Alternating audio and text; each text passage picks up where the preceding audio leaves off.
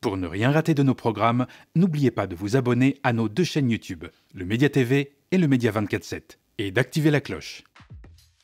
Certains réclament la grâce présidentielle, Christine Boutin parle même de peine de mort, et au centre de tout ça, Nicolas Sarkozy qui découvre qu'en France, la justice s'applique aussi aux délinquants en col blanc. Alors ravalez vos larmes, sortez les mouchoirs, on fait le point. Bonjour et bienvenue dans le récap. Nous sommes le lundi 29 septembre et ce week-end, une seule question a monopolisé l'attention des chaînes d'infos. Nicolas Sarkozy est-il victime de la justice ?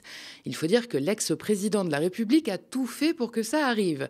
À la sortie du tribunal jeudi dernier, il a immédiatement lancé la contre-offensive médiatique en fustigeant la haine supposée de la justice et en clamant son innocence à grand renfort de trémolo dans la voix. La haine n'a donc décidément aucune limite.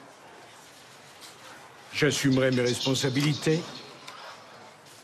Je déférerai aux convocations de la justice. Et s'ils veulent absolument que je dorme en prison, je dormirai en prison. Mais la tête haute. Je suis innocent. Cette injustice est un scandale. Je ne m'accuserai pas de quelque chose que je n'ai pas fait. Naturellement, je ferai appel. Sans doute devrais-je comparaître les menottes aux mains devant la cour d'appel. Ceux qui me haïssent à ce point pensent m'humilier.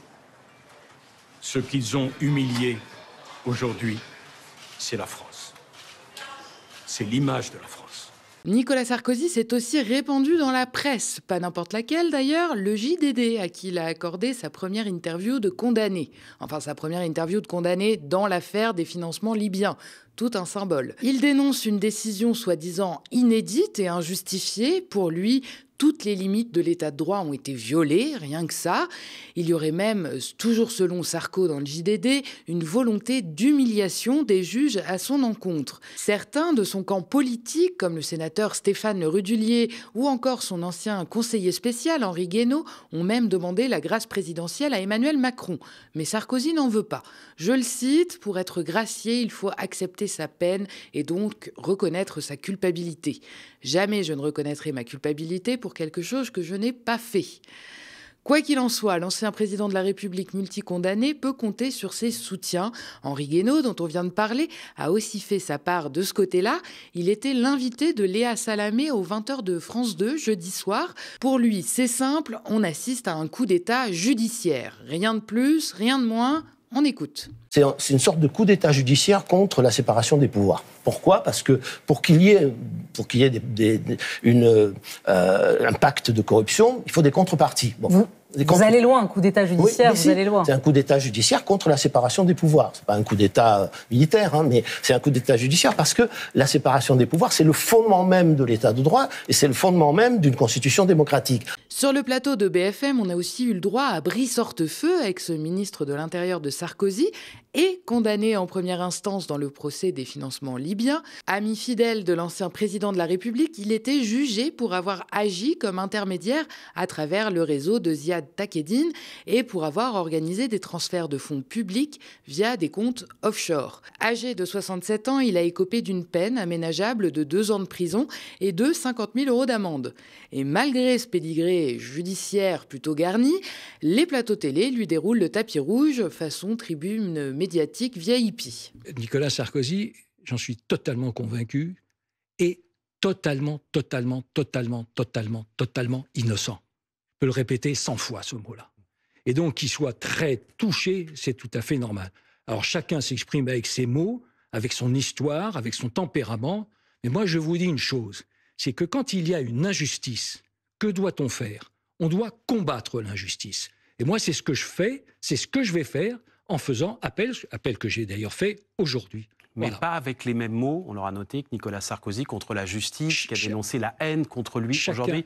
Ce ne sont pas vos mots ce soir. Chacun s'exprime avec ses mots, et encore une fois, je comprends que Nicolas Sarkozy soit personnellement très touché par cette décision qui est objectivement totalement surprenante. Alors, je ne sais pas si vous avez bien compris le message, mais Nicolas Sarkozy est totalement innocent. À ce niveau-là, c'est plus un argument, c'est une tentative d'hypnose collective. Mais chez les fidèles de Sarkozy, l'Oscar du second rôle revient sans hésitation à Christine Boutin. Oui, Christine Boutin. La dernière fois qu'on l'a vue sortir du formol, c'était pour bénir Éric Zemmour lors de la présidentielle dernière. Mais elle n'a pas la mémoire courte. Elle n'oublie pas que c'est Sarkozy qui l'avait fait entrer au gouvernement en 2007 comme ministre du Logement et de la Ville. Alors pour le défendre, elle dégaine son sens habituel de la mesure. Selon elle, ce qui arrive à Nicolas Sarkozy, c'est l'équivalent de la peine de mort. Rien de moins.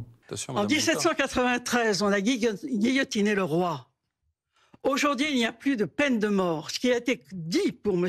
Sarkozy, c'est l'équivalent de la peine de mort de l'époque. Et pourquoi y avait-il la peine de mort? Et pourquoi a-t-on guillotiné le roi? Et pourquoi on guillotine de façon symbolique le président de la République ancien de la France? C'est parce que la France n'accepte plus l'autorité. Plus aucune autorité. L'autorité n'est même plus préservée, même pour l'intérêt supérieur. Voilà pourquoi je suis ici. C'est quand même cocasse de justifier son argumentaire en expliquant que la France n'accepte plus l'autorité tout en refusant soi-même d'accepter une décision de justice. On appelle ça prêcher la discipline à coup de désobéissance. Chez les sarkozystes et à droite en général, l'autorité, c'est comme la morale, une variable d'ajustement uniquement quand elle sert leur camp. C'est d'ailleurs ce 2 poids, 2 mesures que dénonce en retour la gauche sur les plateaux. Je vous propose d'écouter la députée LFI Danielle Obono sur BFM qui dénonce cette hypocrisie et surtout de savourer les mines médusées autour d'elle. Ce qui m'interpelle en fait, c'est que malheureusement, cette attitude, cette bienveillance, cette compréhension de ce que fait la prison, de tout ça, n'est possible dans ce moment-là que parce qu'il s'agit de Nicolas Sarkozy. Moi, c'est ça qui me serre le cœur. C'est parce que vous disiez, pour le gamin des cités, il n'aura jamais le droit à ce qu'on comprenne que non, c'est pas VIP, non, c'est pas le Club Med. Le gamin des cités, il n'aura jamais droit aux plaidoiries de grands avocats qui expliquent comment l'affaire est bien plus compliquée. Il aura droit, par contre, à un déluge de discours, notamment, effectivement, des mêmes gens qui, aujourd'hui, sont d'une bienveillance avec M. Nicolas Sarkozy, en expliquant à quel point c'est une injustice. Ces mêmes gens... Les politiques ne sont pas les seuls à monter au créneau dans cette affaire. Fabrice Arfi de Mediapart, qui avait révélé l'affaire en 2012, s'y est aussi employé. Le journaliste dénonce un moment trumpien dans la vie politique française. On l'écoute.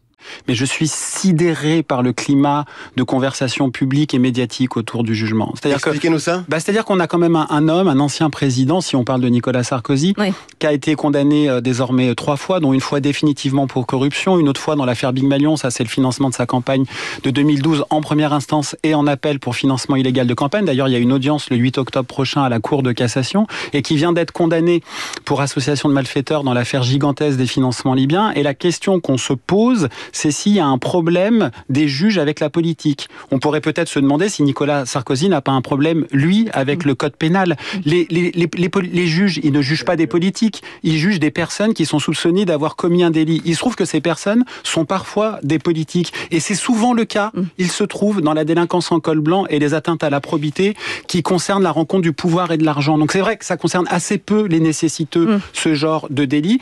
Eh bien, quand les mises en cause sont condamnées, eux, ils ont, contrairement à toutes celles et tous ceux qui nous écoutent, ils peuvent aller aux 20h d'une grande chaîne, ils peuvent imprimer des éléments de langage, prendre la main sur le récit pour faire croire que le problème dans ce dossier, ce sont les juges et pas les faits. Alors, pour contrer les attaques qui fusent de toutes parts, les magistrats aussi se sont mobilisés médiatiquement et ils sont pour le moins décontenancés par le niveau du débat et la mansuétude dont bénéficie l'ex-président de la République compte tenu des faits qui lui sont reprochés. L'un d'eux, Serge Portelli, avocat et ancien magistrat, en perd les mots sur le plateau de BFM.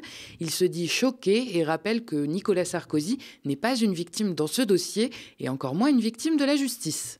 J'ai du mal à m'exprimer tellement je trouve ça fou. Mais vraiment fou. Qu'est-ce qui est fou ? Que ces gens, peut-être même ici sur ce plateau, réagissent comme si Nicolas Sarkozy était une victime, finalement. Une victime d'un peu tout le monde, mais surtout de la justice. Et personne ne s'offusque des termes que cet ancien président de la République utilise. Enfin, la haine. Il a parlé de la haine. La haine de qui? La haine des juges. Alors je sais bien qu'il n'a pas une énorme estime pour la magistrature, c'est son droit le plus absolu. Je sais bien qu'on a le droit d'haïr ses juges pendant un certain temps. Mais quand même, parler de ces juges comme des facteurs de haine, c'est incroyable. Mais ce qui choque... Mais vous considérez que c'est la jurisprudence habituelle qui lui a été appliquée? Mais votre question n'est pas bonne. Je suis désolé de vous le dire. Et pourquoi? Parce que si vous arrivez à me trouver des exemples de la jurisprudence habituelle des tribunaux français vis-à-vis des présidents de la République et qui ont commis de très très graves infractions, je vous suis. Mais non, là on est face à quelque chose d'assez extraordinaire.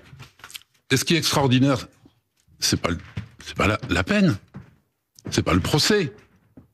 Ce qui est extraordinaire, c'est ce qu'on reproche à Nicolas Sarkozy. Le président du tribunal judiciaire de Paris a quant à lui tenu à faire œuvre de pédagogie, notamment sur la notion d'exécution provisoire, ce principe qui permet de faire appliquer immédiatement une décision de justice, même si le condamné fait appel. Face à ces personnalités politiques qui dénoncent une mesure attentoire à la présomption d'innocence de Nicolas Sarkozy, il rappelle la réalité des tribunaux français.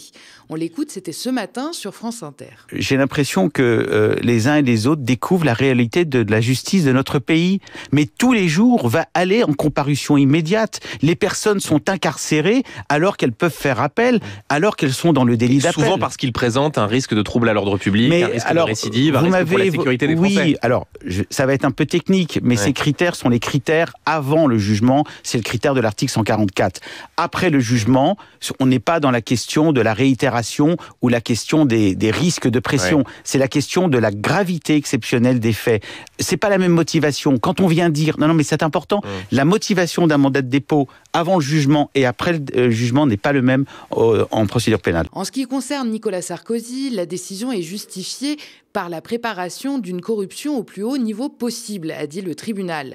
La présidente du tribunal, Nathalie Gavarino, a martelé que les faits reprochés étaient d'une gravité exceptionnelle et de nature à altérer la confiance des citoyens, justifiant ainsi cette incarcération à venir. D'ailleurs, l'Union syndicale des magistrats rappelle au passage que près de 9 condamnations sur 10 à une peine de 5 ans d'emprisonnement ou plus, en première instance, sont exécutées immédiatement. Ceux qui dénoncent le laxisme depuis leur salon doré découvrent avec stupeur que la justice s'applique aussi à leur monde. Comme pour Marine Le Pen, le battage médiatique retombe quasiment instantanément sur la juge qui a condamné Nicolas Sarkozy. À peine le verdict tombé, le parcours de Nathalie Gavarino, vice-présidente du tribunal de Paris, a été passé au crible, analysé et disséqué sous toutes les coutures. Pourtant, sur le papier, tout partait bien. La juge a justement été sélectionnée pour son impartialité, pas d'affiliation syndicale à gauche, jamais de prise de position sur le dossier libyen et aucune affaire antérieure liée à l'ancien président de la République. Les avocats qui la connaissent la décrivent comme dure, mais juste. D'ailleurs, ceux qui en ont fait l'expérience le savent, elle ne plaisante pas.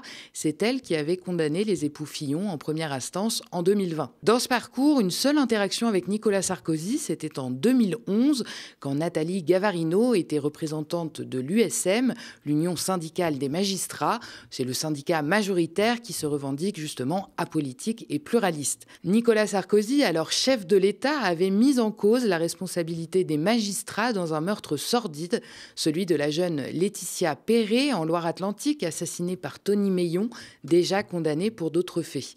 Sarkozy avait alors estimé que quand on laisse sortir de prison un individu comme le présumé coupable, sans s'assurer qu'il sera suivi par un conseiller d'insertion, c'est une faute. Ces propos avaient engendré une forte mobilisation de la magistrature, avec des suspensions et des reports d'audience partout en France pour dénoncer l'amalgame du chef de l'État, ainsi que le manque de moyens des tribunaux. En phase avec ses fonctions d'alors, Nathalie Gavarino avait dénoncé les propos du président et pris part à une manifestation, comme des centaines d'autres de ses collègues. Une réaction corporatiste habituelle dans le cadre du dialogue entre les magistrats et le pouvoir, mais qui suffit à être utilisée pour remettre en cause son impartialité. Les avocats de Nicolas Sarkozy ne se sont pas gênés, largement relayés par les médias Bolloré. Vous savez, ce même Bolloré qui avait prêté son yacht au président nouvellement élu en 2007. Un hasard, probablement. En attendant, la vice-présidente du tribunal correctionnel de Paris est prise pour cible. Elle aurait notamment reçu des messages menaçants et des menaces de mort. Le parquet de Paris a annoncé à l'AFP l'ouverture de 2 enquêtes confiées au pôle national de lutte contre la haine en ligne. Très silencieux jusque-là, Emmanuel Macron a été contraint de prendre la parole. Il a assuré la justice de son soutien. Je le cite, « Les attaques et menaces de mort contre plusieurs magistrats sont inadmissibles. C'est pourquoi j'ai demandé au ministre de la Justice et au ministre de l'Intérieur que leurs auteurs soient identifiés pour être rapidement poursuivis. » Alors, il y en a un qui se garde bien de trop commenter, une fois n'est pas coutume, c'est Gérald Darmanin. Justement, ministre démissionnaire de la Justice, il s'est contenté du minimum syndical, dénoncer les menaces visant la présidente du tribunal ce samedi sur X, ni plus ni moins. Il faut dire qu'il ne s'est jamais caché de sa proximité extrême avec l'ex-président condamné. Il a été son porte-parole et même son lieutenant, mais désormais il marche sur des œufs. Difficile de concilier toutes les casquettes. Un embarras qui ne dérange en revanche pas un autre de ses collègues, Bruno Retailleau, le futur ex-ministre de l'Intérieur, aussi président des Républicains, n'a pas éprouvé de difficulté à témoigner de tout son soutien et de son amitié à Nicolas Sarkozy dans un communiqué. Il écrit « Nicolas Sarkozy, relaxé de 3 des 4 chefs d'accusation et présumé innocent, a fait appel de la décision. Je ne doute pas qu'il saura mettre toute son énergie à se défendre devant la cour d'appel et faire prévaloir son innocence. » Encore un apôtre de l'ordre et de l'autorité qui perd toute sa contenance quand il s'agit de ses petits camarades.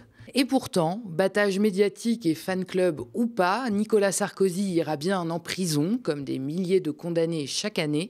Il ne connaîtra pas l'expérience complète de l'incarcération, on le sait déjà, pas de cellules surpeuplées, ni d'hygiène déplorable, mais un enfermement VIP avec peu d'interaction avec ses codétenus.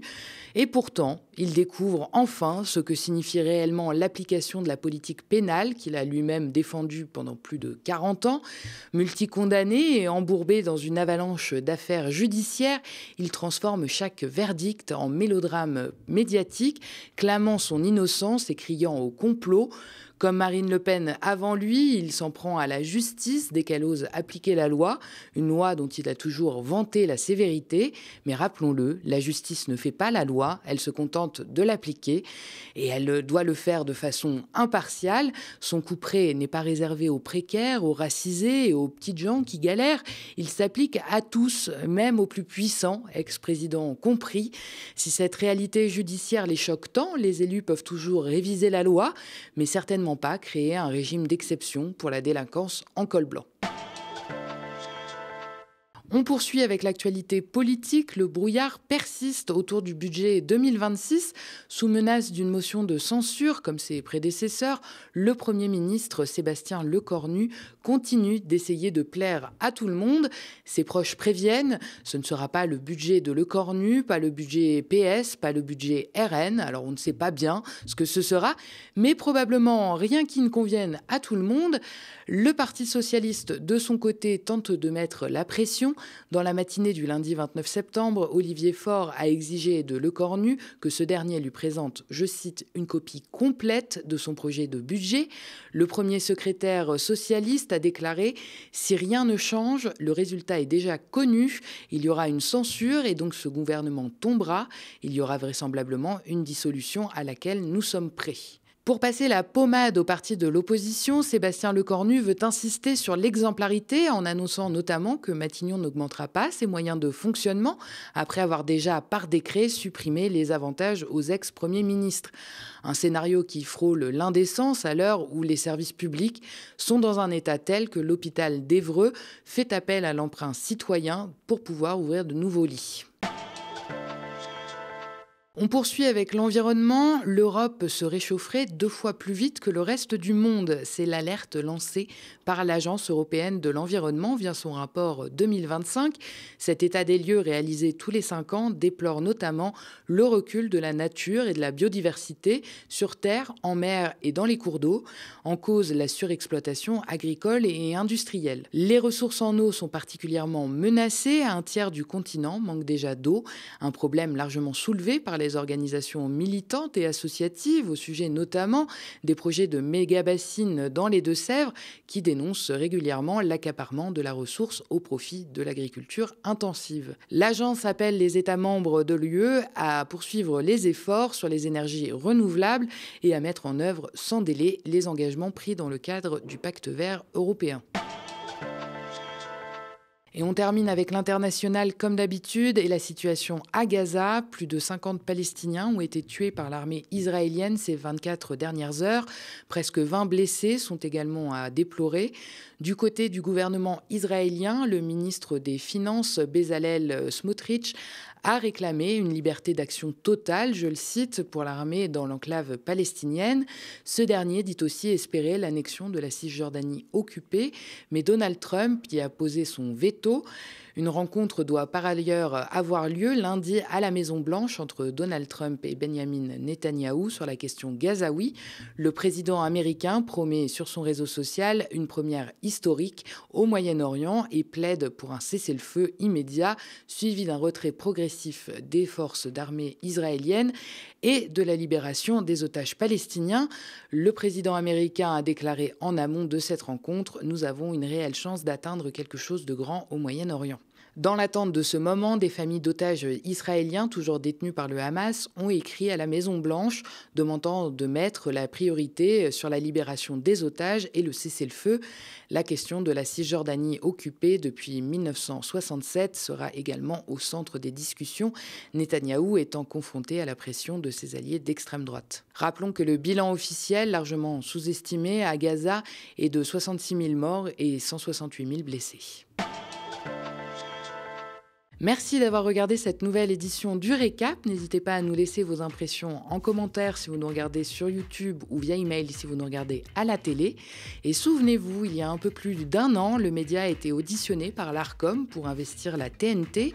Alors plutôt qu'une chaîne libre et indépendante comme la nôtre, l'Arcom a préféré le milliardaire Daniel Kretinsky. Aujourd'hui, de nouveaux canaux se libèrent sur la TNT nationale et la TNT francilienne avec ses quelques 12 millions de téléspectateurs potentiels. Le média compte bien y candidater si l'Arcom en décide ainsi. Et comme toujours, nous porterons un projet commun avec nos camarades indépendants qui le désirent. Si ce projet vous intéresse et que vous voulez nous soutenir, signez et faites signer notre pétition sur tntdesindés.fr pour une TNT libre, ouverte et démocratique. Et si vous voulez nous aider à produire une information libre et indépendante, n'hésitez pas à vous abonner aux médias ou à faire un don déductible des impôts sur notre site internet ou simplement à en parler autour de vous et à nous suivre sur les réseaux sociaux. Et n'oubliez pas, en attendant la TNT, retrouvez-nous sur nos 2 chaînes YouTube, Le Média et Le Média 24/7 pour ne rien rater de nos programmes. Très bonne soirée sur Le Média.